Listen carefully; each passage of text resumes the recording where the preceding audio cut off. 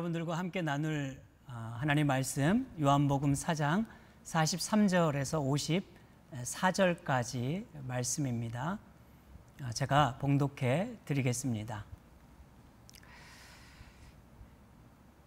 이틀이 지남에 예수께서 거기를 떠나 갈릴리로 가시며 친히 증언하시기를 선지자가 고향에서는 높임을 받지 못한다 하시고 갈릴리에 이르심에 갈릴리인들이 그를 영접하니 이는 자기들도 명절에 갔다가 예수께서 명절 중 예루살렘에서 하신 모든 일을 보았음이더라. 예수께서 다시 갈릴리 가나에 이르시니 전에 물을 포도주로 만드신 곳이라.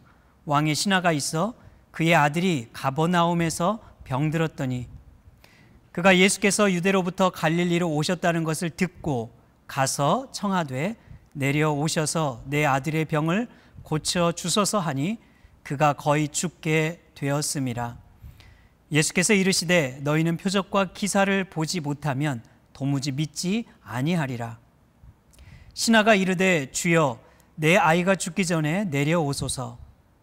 예수께서 이르시되 가라 내 아들이 살아 있다 하시니 그 사람이 예수께서 하신 말씀을 믿고 가더니 내려가는 길에서 그 종들이 오다가 만나서 아이가 살아있다 하거늘 그 낳기 시작한 때를 물은즉 어제 7시에 열기가 떨어졌나이다 하는지라. 그의 아버지가 예수께서 내 아들이 살아있다 말씀하신 그때인 줄 알고 자기와 그 온 집안이 다 믿으니라. 이것은 예수께서 유대에서 갈릴리로 오신 후에 행하신 두 번째 표적이니라. 아멘. 여러분 한 주간도 평안하셨습니까? 이 시간도 말씀을 나누기 전에 교회 소식을 전하도록 하겠습니다. 이제 10월달이 되었습니다. 10월달 또 생일을 맞으신 분들 주보에 올려드렸는데요. 우리 모두가 또 함께 축하해 줄 수 있기를 부탁드립니다.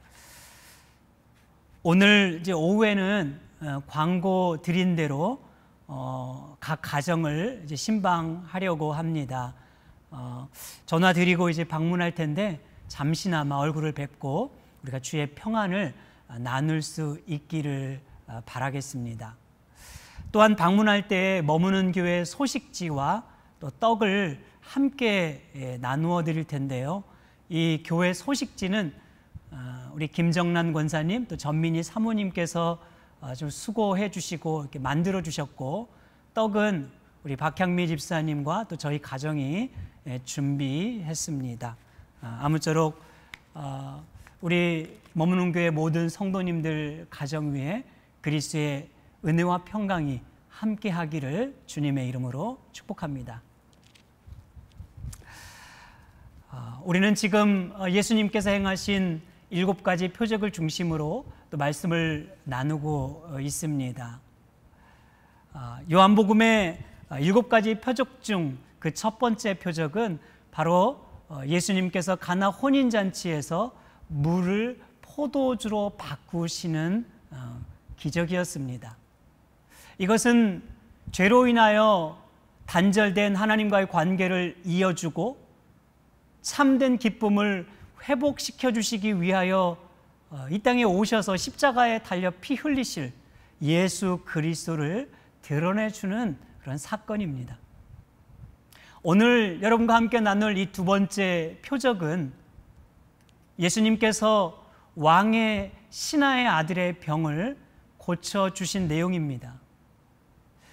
이 사건은 궁극적으로 예수님께서 바로 신적 권능을 지니신 하나님의 아들 되신다는 것과 또 그분이 원하시는 참된 믿음이 무엇인지를 우리에게 보여주고 있는 말씀이라고 할 수가 있습니다. 오늘 본문 43절 여러분 말씀을 볼까요? 이틀이 지남에 예수께서 거기를 떠나 갈릴리로 가시며. 아멘. 자, 예수님께서는 예루살렘 중심으로 유대 지역에서 사역을 하신 후 사마리아 땅으로 들어가시지요. 그리고 그곳에서 이틀 동안 유하시고 또 사역을 하신 이후에 이제 갈릴리 지역으로 가셨습니다. 주님이 갈릴리 지역으로 가시면서 이렇게 말씀하셨어요. 여러분 44절 말씀인데요. 친히 증거하시기를 선지자가 고향에서는 높임을 받지 못한다 하시고. 아멘. 구약의 선지자들이 고향에서 이 대접을 받지 못했던 것처럼 예수님께서도 고향 사람들, 갈릴 사람들에게 대접을 받지 못하고 또 환영을 받지 못한다는 것을 알고 계셨습니다. 누가는 이러한 사실을 매우 노골적으로 묘사하고 있는데요. 사실 누가복음 4장 29절에 보면요, 고향 사람들이 주님을 미워했을 뿐 아니라 동네 밖으로 쫓아냈고 낭떠러지로 끌고 가서 그곳에서 밀쳐 떨어뜨리려 했다고 그렇게 기록해주고 있습니다.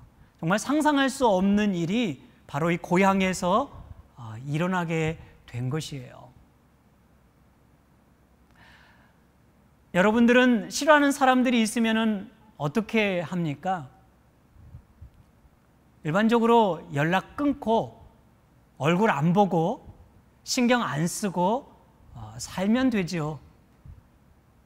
가급적 얼굴 마주치지 않도록 피하고 혹 얼굴 마주친다 하더라도 모른 척 하는 것입니다. 살아가는 것도 쉽지 않고 신경 쓸 일 많은데 굳이 나를 싫어하는 사람들에게까지 에너지를 쏟을 이유가 없는 것입니다. 이것이 일반적인 우리들의 태도입니다. 그런데 예수님은 자신을 반겨주지도 않고 노골적으로 적대하고 있는 바로 갈릴리 사람들에게, 고향 사람들에게 들어가셨습니다. 왜 그러셨을까요? 왜 주님은 자기를 미워하고 싫어하는 사람들에게 굳이 들어가고 계시는 것일까요? 그들을 사랑하셨기 때문입니다. 예수님은 자기를 배척하는 갈릴리 사람들을 사랑하셨습니다. 그들 또한 하나님의 영광을 볼 수 있기를 주님은 원하셨습니다. 예수님께서 유대 사람들이 그렇게 차별했던 사마리아 땅으로 들어가시고 의도적으로 들어가시지요. 또한 소외되고 외면받은 사람들을 찾아가신 이유가 무엇입니까? 사랑하셨기 때문입니다. 주님은 그들을 사랑하셨어요. 여러분, 이것이 오늘 우리가 예배 자리로 나오게 된 이유입니다. 오늘 우리가 주님 앞에 이 자리에 있게 된 이유 아닙니까? 주님께서 자격 없는 우리를 사랑해 주셨습니다. 사망의 그늘에 처해 있는 우리에게 긍휼을 베풀어 주시고 저와 여러분들에게 자비를 베풀어 주시고 조건 없는 은혜를 베풀어 주신 것입니다. 그리고 바로 주님 앞으로 우리를 불러 주신 것이에요. 여러분, 이것을 믿으십니까? 바로 이것이 우리가 하나님으로부터 입은 사랑이고 은혜입니다. 여러분, 하나님의 사랑은 어떤 사랑입니까? 변함없는 사랑, 거짓 없는 사랑, 그리고 성실한 사랑입니다. 바로 우리를 향한 그 사랑이지요.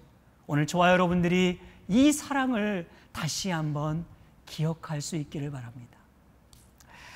그런데 성경을 보면 예수님의 말씀과 달리 갈릴리 사람들의 반응이 달랐다는 것을 알 수 있어요. 왜? 갈릴리 사람들이 예수님을 영접했기 때문입니다. 그러면서 주님을 환영했던 이유를 이렇게 밝히고 있어요. 45절 말씀을 보십시오. 갈릴리에 이르심에 갈릴리인들이 그를 영접하니 이는 자기들도 명절에 갔다가 예수께서 명절 중 예루살렘에서 하신 모든 일을 보았음이더라. 아멘. 자, 그들도 명절 중에 예수님께서 예루살렘에서 행하신 일을 보았던 거예요. 어떤 일을 보았을까요? 성전을 척결하시고 그리고 종교 지도자들을 굴복시키시는 아무 말 하지 못하게 만드는 권위 있는 예수님의 모습도 보았고, 많은 사람들이 추종하여 따르는 것도 보았고, 요한복음 2장 23절에 보면 주님이 행하시는 표적을 보았다고 말하고 있습니다. 그러니까 갈릴리 사람들이 예수님을 환영했던 이유는 표적을 보았기 때문에, 주님의 베푸신 능력을 보았기 때문이었어요. 그들은 예수님이라면 우리의 인생을 뭔가 바꾸어 주실 수 있는 대단한 분이라고 생각하고 있었던 것이, 겉모습은 예수님을 환영하고 예수님께 열광하는 것처럼 보이지만 실상 그 속마음은 그 자기의 목적을 이루는 도구로, 자기의 목적을 이루어 주시는 어떤 대단한 인물 정도로, 능력 있는 분 정도로 여기고 있었다는 것입니다. 그런 갈릴리 사람들이 주님의 뜻에 합당하게 살아갈 수는 없지 않겠어요? 여러분, 이것은 오늘도 동일해요. 오늘 우리가 주님과의 인격적인 관계 속에서 맺어진 믿음이 아닌 현상을 쫓는 믿음, 어떤 능력에 따라 가는 믿음이라면 바른 믿음이 될 수 없죠. 주님이 기뻐하시는 믿음이 될 수 없는 거예요. 그러한 삶은 결국 하나님의 이름을 욕되게 하고 하나님의 영광을 가리울 수밖에 없다는 것을 기억해야 하는 것입니다. 그래서 이제 예수님께서는 이어지는 이 왕의 신하의 이야기를 통해서 바로 주님이 원하시는 믿음, 참된 믿음이 무엇인지를 오늘 우리에게 보여주고 있는 것입니다.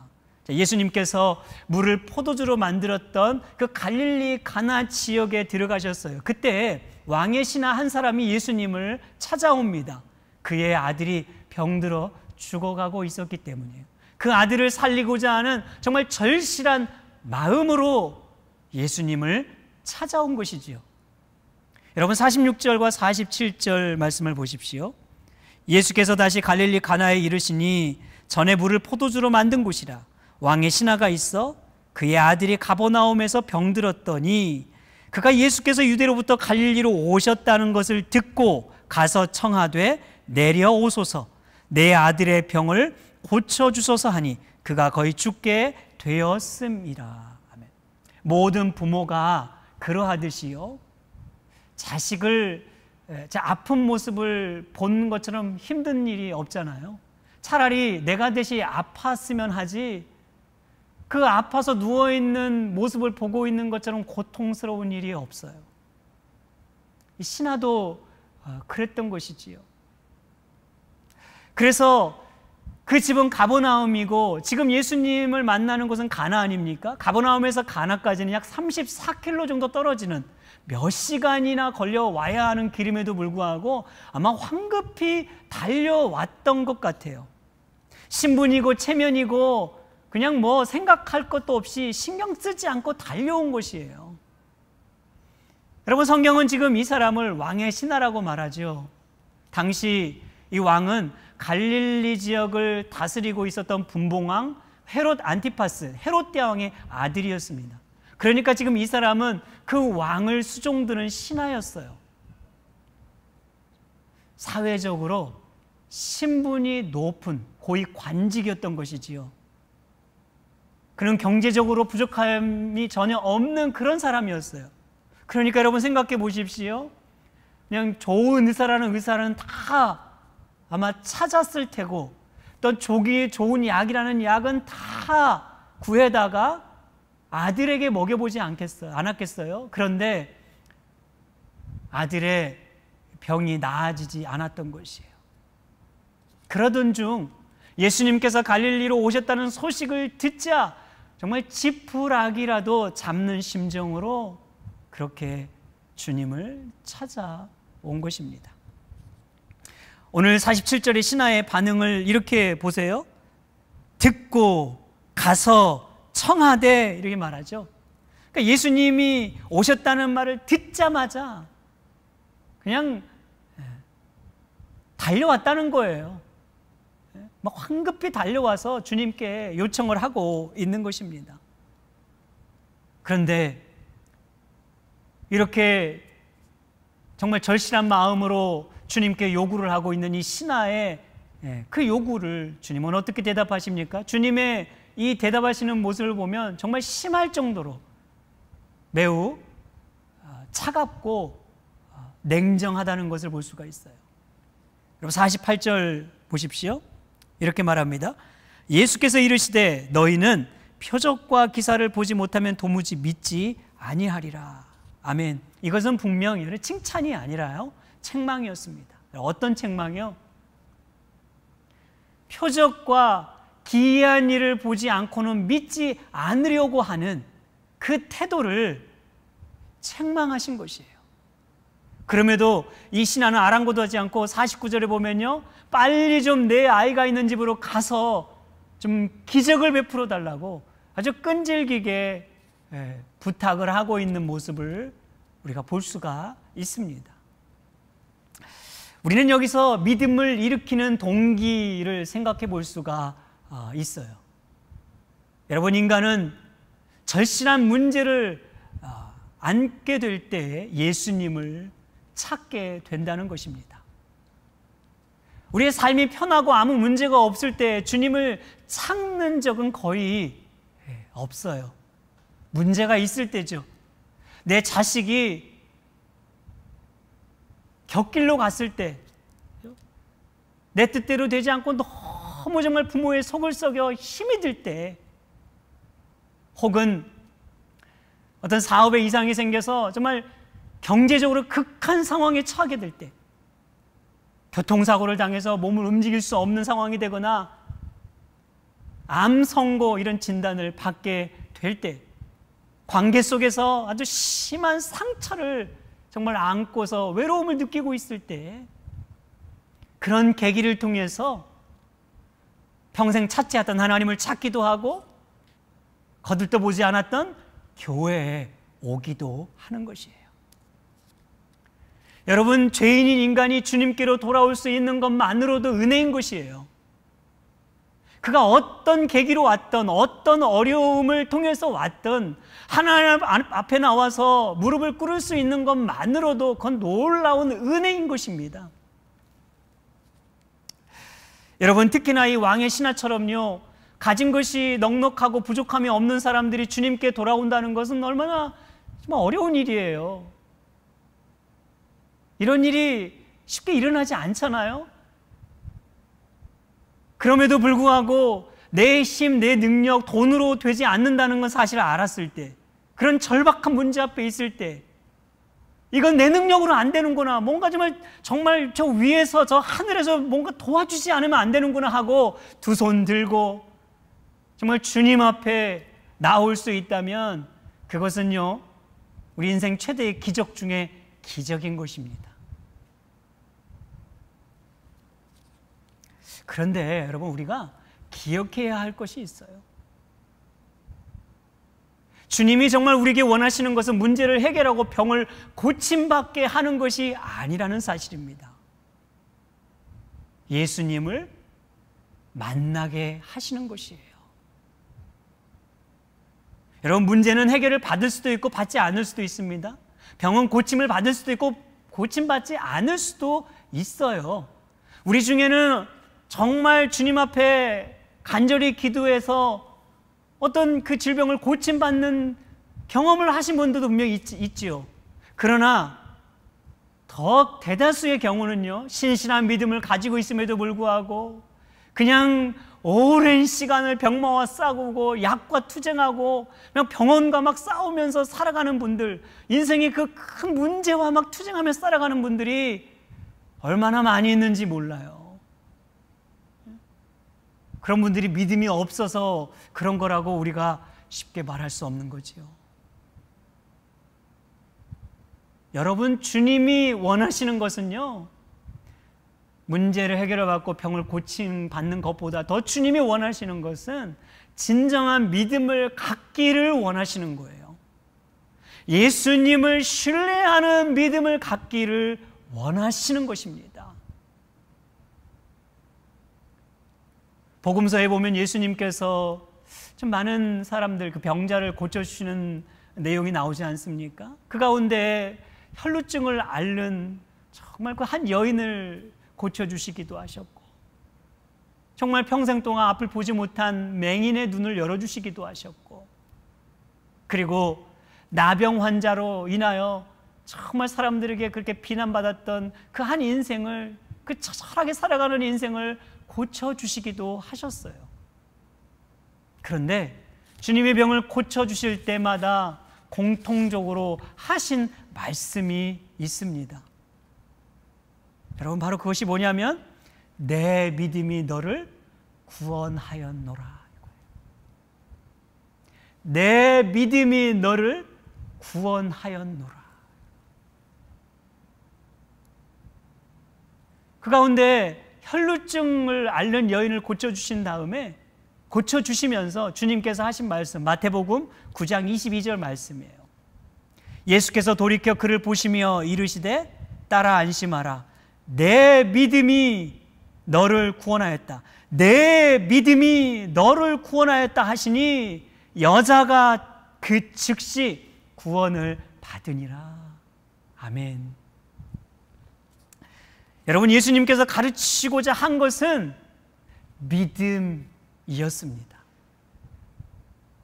믿음으로 죄사함을 받고 믿음으로 구원을 얻으며 믿음으로 하나님께 나아갈 수 있다는 것, 믿음으로 우리가 저 하늘의 소망을 누릴 수 있다는 것, 그것을 가르쳐 주시고자 하는 거예요. 표적과 기적, 무슨 병 고침이 아니라, 여러분, 뭐라고요?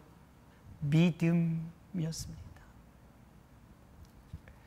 오늘 우리가 어떤 삶의 문제를 가지고 주님 앞에 나왔든지, 어떤 상처 혹은 어떤 인생의 고통스러운 그 계기로 주님 앞에 나왔든지, 우리가 인생을 가던 길을 돌이켜 그 하나님 아버지께로, 그 선하신 주님께로 돌아올 수 있는 것만으로도 이것은 너무나 큰 은혜인 거예요. 너무나 큰 은혜인 것입니다. 여러분, 그러나 우리를 만나주시는 주님은 그저 신비한 능력을 행하고 신통력이 있는 그런 분이 아니라 인격적인 주님이심을 믿으시기 바랍니다. 인격적인 주님을 만나야 해요. 여러분, 인격적인 그 주님을 만나셨습니까? 오늘도 주님은 우리를 기다리고 계십니다. 오늘 이 시간 저와 여러분들이 마음을 열고 그 주님을 다시 한번 우리 인생의 중심으로 모셔드릴 수 있기를 바랍니다. 주님, 이 시간 내 마음을 열어 주님 앞에 나아가오니 내 안에 오셔서 내 인생의 주인이 되시고 나를 다스려 주시옵소서. 다시 한번 내 가슴으로, 내 내면 안에서 깊이 뜨겁게 주님을 만나는 은혜를 허락해 달라고, 여러분, 이렇게 기도할 수 있는 저와 여러분이 되기를 주님의 이름으로 축복합니다. 이제 예수님께서는 아들을 살려달라는 그 신하에게 선언하셨어요. 50절 말씀해 보십시오. 신하가 이르되 주여, 내 아이가 죽기 전에 내려오셔서 예수께서 이르시되 가라, 내 아들이 살아있다 하시니 그 사람이 예수께서 하신 말씀을 믿고 가더니. 아멘. 보십시오. 예수님께서 지금 신하에게 뭐라고 말합니까? 함께 네 아들이 있는 대로 가자, 이렇게 말했나요? 아니면 내가 너한테 지금 기적을 행할 텐데 한번 봐라, 이렇게 말했나요? 아니죠. 주님께서는 네 아들이 살아있다, 가라, 이렇게 하셨어요. 그런데 이 신하가 예수의 말씀을 믿고, 여러분, 무엇을 믿었다고 말합니까? 말씀을 믿었던 것이에요. 무엇을 보고 믿은 것이 아니에요. 기적을 본 것도 아니고, 무슨 기이한 것을 본 것도 아니고, 그 아들이 살아서 지금 눈앞에 있는 것을 본 것도 아니고, 무슨 하나님이 정말 신비로운 어떤 것을 경험하게 한 것도 아니에요. 주님의 말씀을 믿었습니다. 여러분, 믿음이 무엇입니까? 하나님의 말씀을 믿는 것이에요.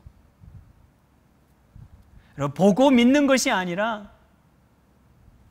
믿으면 보이는 것입니다. 이것이 신앙의 신비예요. 하나님이 우리 인생 가운데 일하시는 원리이죠. 놀라운 신비라고 말할 수 있을 것 같아요. 여러분, 신앙은요, 믿으면 보여요. 참 놀랍죠. 그것을 가르쳐 주시는 거예요. 그리고 요한복음에 보면 두 부류의 사람의 극명한 대조를 통해서 이것을 말해주고 있지 않습니까? 신앙생활을 소위 잘한다는 유대인들은 어땠어요? 예수의 말씀을 듣지도 않고 믿으려고도 하지도 않았어요. 오히려 어떻게 하면 흠집을 냈고 꼬투리를 잡을까 그냥 혈안이 되어 있지 않습니까? 그런데 소외되었던 그 이방 사람들은 어땠습니까? 사마리아 지역에서는 어땠어요? 예수님께서 한 야곱의 우물가에서 여인을 만나 주시지요. 그 여인은 인생의 큰 상처와 고통을 안고 있는 여인이었어요. 그런데 예수님이 그 여인을 만나시고서 무슨 하늘문을 열어서 막 비를 내리게 하시거나 그 야곱의 우물가에서 물을 막 쏟아나게 하시거나 갑자기 무슨 여인의 인생이 하루아침에 변화시키는 그런 일을 보여준 게 아니에요. 거기는 표적도 없고 기적도 없고 기이한 아무것도 없어요. 이 여인은 예수님의 말씀을 듣고 믿었습니다. 그리고 동네 사람들한테 말하기를, 여러분 보십시오, 메시아가 여기 와 있습니다. 그때 예수님께서는 그 마을에 이틀 동안 유하시잖아요. 그러면서 이틀간 뭘 했을까요? 말씀 사경회를 여셨어요. 그 놀라운 일이 발생했습니다. 마을 모든 사람들이 예수의 말씀을 듣고 믿는 그 놀라운 부흥이 일어나게 된 것이지요. 여러분, 요한복음 4장 42절에 이 마을 사람들의 고백을 들어보십시오. 이렇게 말합니다. 그 여자에게 말하되 이제 우리가 믿는 것은 내 말로 인함이 아니니 이는 우리가 친히 듣고 그가 참으로 세상의 구주신 줄 알미라 하더라. 아멘. 여러분, 신앙생활을 열심히 한다는 유대인들은 말씀을 들으려 하지 않았어요. 그런데 이방인들은 겸손히 말씀을 듣고 믿었습니다. 여러분, 교회 안에서도요, 신앙생활을 오래 하시는 이 분들이 거치는 돌이 될 수 있다는 것을 우리는 항상 유념해야 돼요. 어떤 의미에서인가 하면, 내가 배우고 알고 있는 이 성경 지식이 마치 성경을 다 아는 것이냐 생각할 때가 쉽지요. 그러다 보니까 더 들으려고 하지 않고 배우려고 하지 않는 겁니다. 그리고 오히려 다른 사람을 판단하는 자리에 올라가기가 쉬운 것이에요. 여러분, 이런 사람들의 경우는 어때요? 자기의 생각이 마치 진리인 양, 절대적인 양, 화석처럼 굳어진 아주 편협된 신앙으로 치우칠 수 있는 것이지요. 여러분, 오늘 우리에게 이런 모습은 없습니까? 오늘 우리 자신을 우리가 함께 돌아볼 수 있기를 바랍니다. 여러분, 참된 믿음은 말씀에서 발생합니다. 말씀을 듣고 그 말씀을 읽고 말씀을 배우는 가운데 우리 안에서 일어나게 되는 것이에요. 그러니까 여러분, 말씀을 듣는 것이 얼마나 중요한지 몰라요.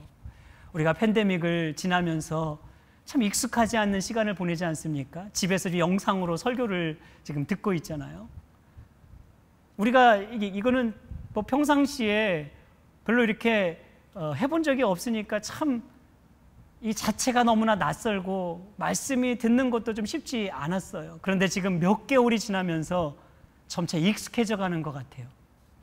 그런데 여러분, 어떤 모습으로 익숙해져 가고 있습니까?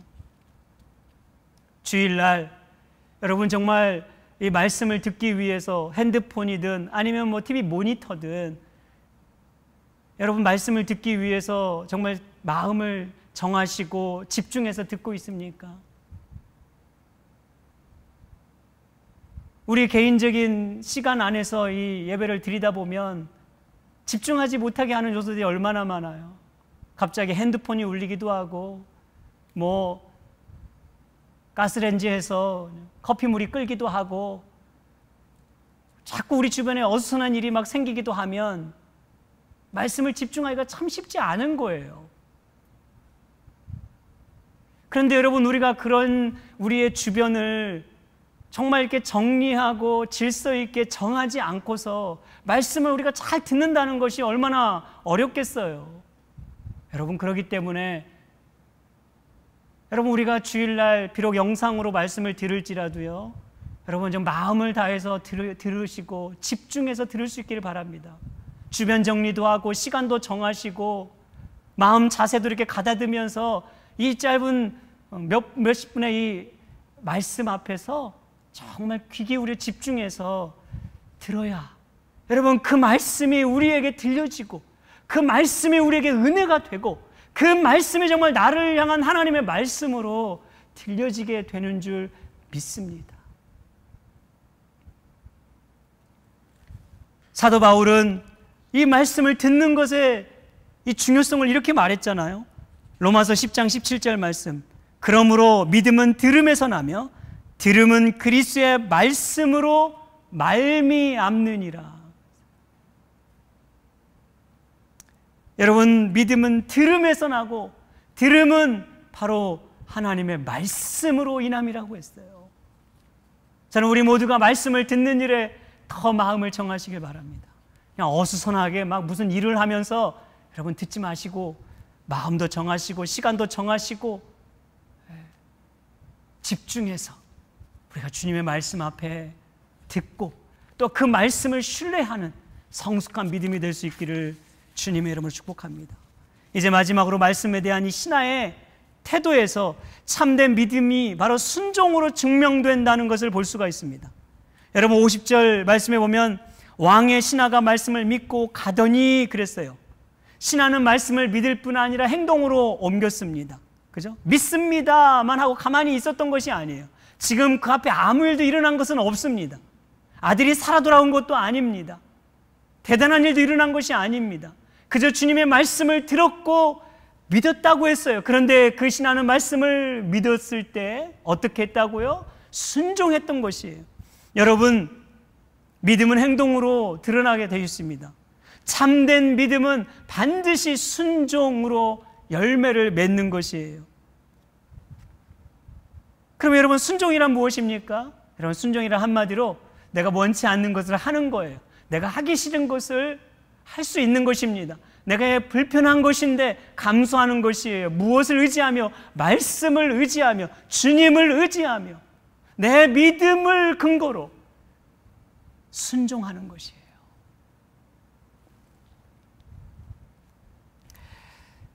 여러분, 이런 순종을 하고 있습니까? 이제 신하가 아들을 보기 위해 집으로 내려가는 길에 종들을 만나죠. 그때 종들이 아들이 살아있다고 말을 해줍니다. 그러니까 언제 살아나게 됐느냐 하니까 어제 제7시에 살아났다고 하자. 바로 그때가 예수님께서 네 아들이 살아났다고 했던 그 시간이라는 것을 깨닫게 되었습니다. 이후에 신하의 온 집안이 예수를 믿게 되었어요. 53절 보십시오. 자기와 그 온 집안이 다 믿으니라. 여러분, 신하는 예수님의 말씀을 듣고 믿고 순종했어요. 그때 온 가족들이 정말 예수를 믿게 되는 놀라운 은혜를 입게 된 것이에요. 오늘 우리에게도 하나님 동일하게 이 은혜를 베풀어 주시기를 원하십니다. 사랑하는 성도 여러분, 오늘 우리는 어떤 믿음을 붙들고 살고 있습니까? 모두가 어려운 때를 지나고 있지만 이 위기의 때를 계기로 해서 주님을 더 인격적으로 만날 수 있기를 바랍니다. 뿐만 아니라 말씀을 신뢰하는 믿음을 회복할 수 있기를 바랍니다. 그리고 그 말씀을 진실하게 삶으로 드러내는, 삶으로 증명하는 그런 참된 믿음이 될 수 있기를 주님의 이름으로 축복합니다. 기도하겠습니다. 고마우신 하나님 아버지, 오늘도 우리가 예수님의 말씀 앞에서 또 우리의 믿음을 돌아봅니다. 하나님, 오늘 우리는 어떤 믿음을 진정 가지고 살아가고 있습니까? 오늘 왕의 신하가 가졌던 이 믿음, 주님의 말씀을 듣는 믿음, 그 말씀을 믿는 믿음, 그리고 그 말씀대로 순종하는 이 믿음을 다시 한번 회복할 수 있도록 도와주시옵소서. 우리 사랑하는 성도들 가정마다 이 은혜, 믿음의 부유함을 어려운 시기이지만 부어주시고 그 믿음 안에 우리가 넉넉히 이겨가게 하옵소서. 우리 구주 예수님의 이름으로 기도하옵나이다. 아멘.